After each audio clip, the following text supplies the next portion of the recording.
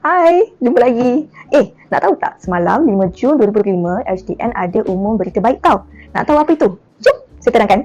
Ada 3 perkara utama yang dikemas kini. Pertama, pengecualian e-invoice telah pun dinaikkan daripada had asal pendapatan tahunan di bawah RM150,000 kini telah dinaikkan kepada RM500,000.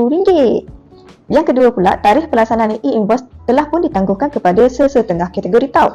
Bagi perniagaan dengan pendapatan tahunan RM1 juta hingga RM5 juta, e-invoice akan mula dikuatkuasakan pada 1 Januari 2026. Bagi perniagaan dengan RM500,000 hingga RM1 juta, pelaksanaan ditangguhkan ke 1 Julai 2026.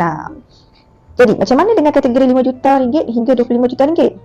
Minta maaf ya, tarikh pelaksanaan masih kekal pada 1 Julai 2025. Tapi jangan risau, selepas tarikh pelaksanaan semua perniagaan masih diberi tempoh kelonggaran selama 6 bulan. Dalam tempoh ini, penggunaan e-invoice konsolidasi atau consolidated e-invoice masih dibenarkan.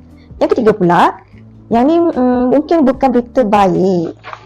Mulai 1 Januari 2026, jika jualan atau perkhidmatan tunggal melebihi RM10,000, anda mesti wajib keluarkan e-invoice secara individu. Tak boleh lagi guna e-invoice konsolidasi. Saya dah sampaikan berita tadi. Jadi saya nak kemas kini barang saya dulu. Bye-bye.